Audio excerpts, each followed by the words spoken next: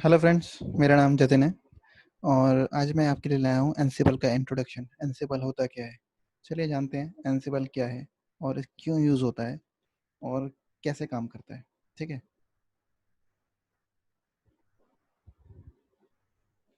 सबसे पहले हम देखते हैं डेवऑप्स क्या है। DevOps is nothing just automate all the IT function and work. क्या होता है, आईटी में बहुत सारे काम होते हैं जो आप डेली बेसिस पे होते हैं और ये कह लो कि सेम रूटीन वर्क है। कुछ वर्क ऐसा है जो बहुत लेंदी है या बहुत टाइम कंज्यूमिंग है, पर हमें करना पड़ता है। वो डेली होता है या महीने में होता है, हफ्ते में होता है, मतलब होता है काम वो आपका। तो उसको आपको ऑटोमेट करना है, मतलब आपको उसकी टेंशन नहीं लेनी है। जस्ट जहाँ भाई ले जा, हो गया तेरा काम।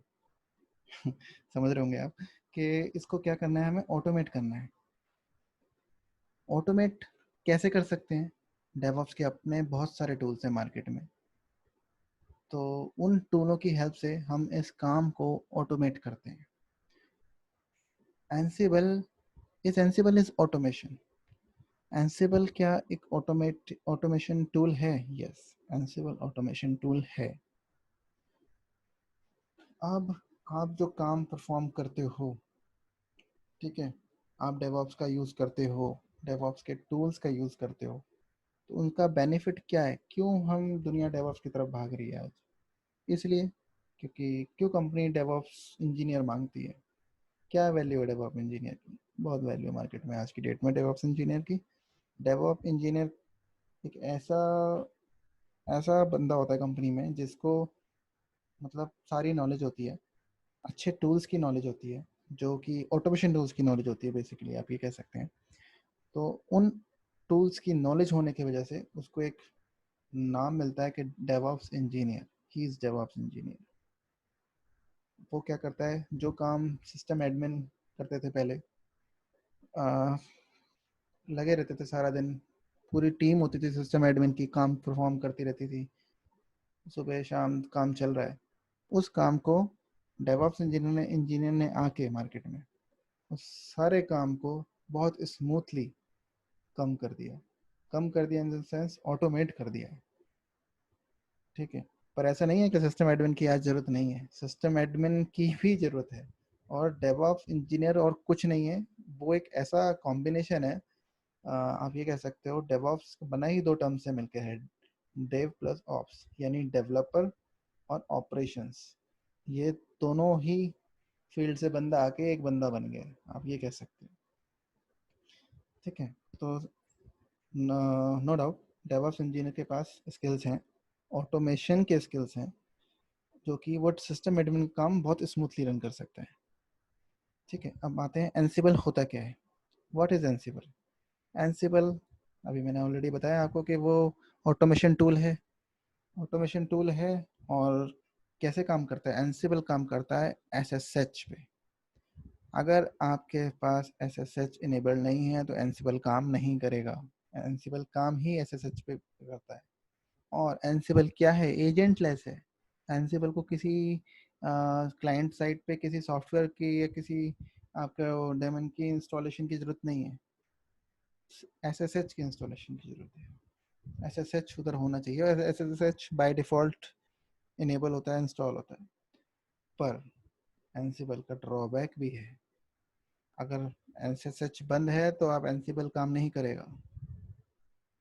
ठीक है, इसलिए ये मेरा अपना पर्सनल मानना है। एक तरह से उसको भी रिक्वायरमेंट है, ये एजेंट लेस आप कह सकते हो कि नहीं, क्योंकि इसको भी एजेंट चाहिए एक एसएसएच नाम का।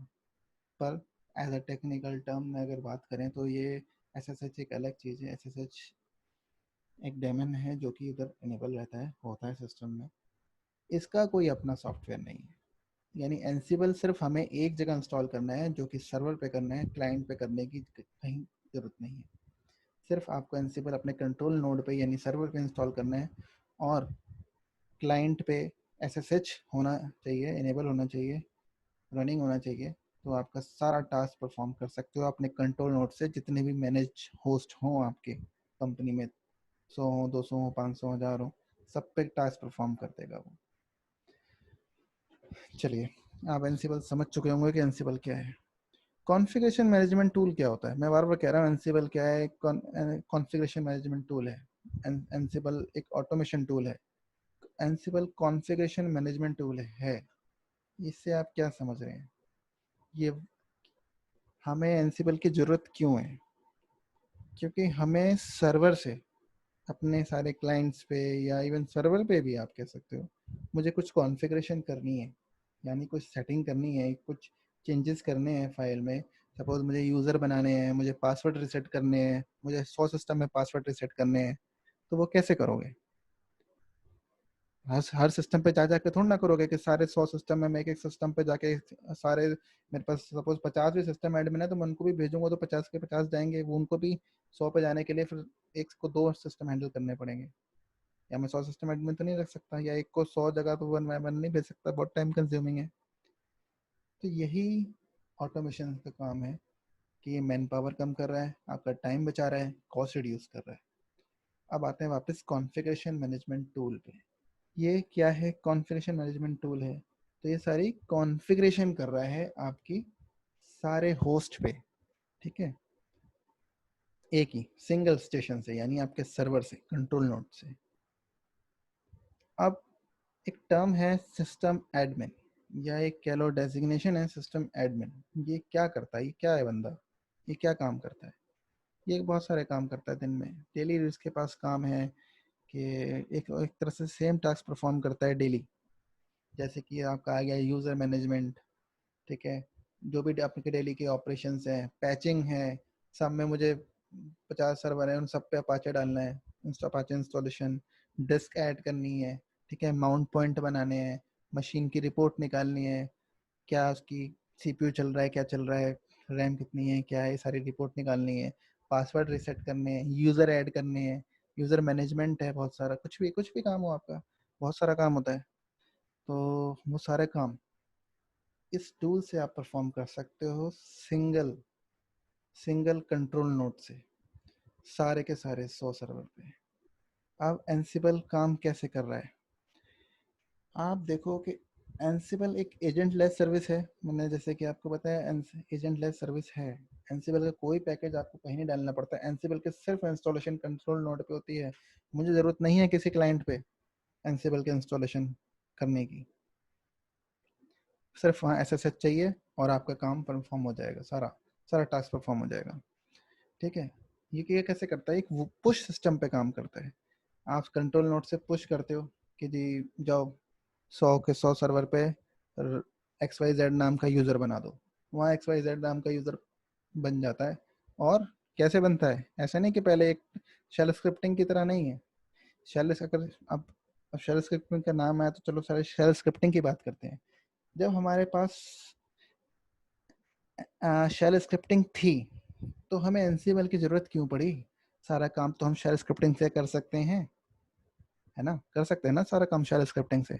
तो हमें एनसीएमएल की ज़रूरत क्यों पड़ी? क्यों हमें चाहिए एनसीएमएल जब ऑलरेडी हमारे पास शेल स्क्रिप्टिंग जैसा टूल है?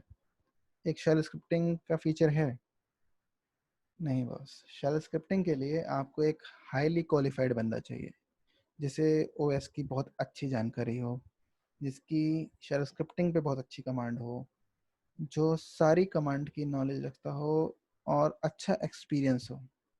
वही बंदा शेल स्क्रिप्टिंग करके काम परफॉर्म कर सकता है। उसका लेकिन एक डिसएडवांटेज आपको गिनवाता हूँ क्या है। अगर शेल स्क्रिप्टिंग से मैं यूज़र बनाता हूँ सारे 100 के 100 सिस्टम पे, तो वो क्या कैसे बनेंगे? शेल स्क्रिप्टिंग एक टर्म मैंने लिखी है नीचे, अगर आप देख रहे होगे स्क्रीन पे, कि पैरेलल सेशन, ये पैरेलल सेशन पे काम करता है। यानी अगर मुझे बैश स्क्रिप्टिंग पे के थ्रू मैं काम करूंगा तो पहले मेरा server 1, server 2, server 3 one by one जाके ये यूज़र बनाएगा, ठीक है। लेकिन एनसिबल ऐसा नहीं करता। एनसिबल पैरेलल सेशन पे काम करता है, इकट्ठा 100 सर्वर पे कमांड जाएगी, इकट्ठा 100 सर्वर पे एक साथ यूज़र बन के तैयार हो जाएगा एक्स वाई जेड।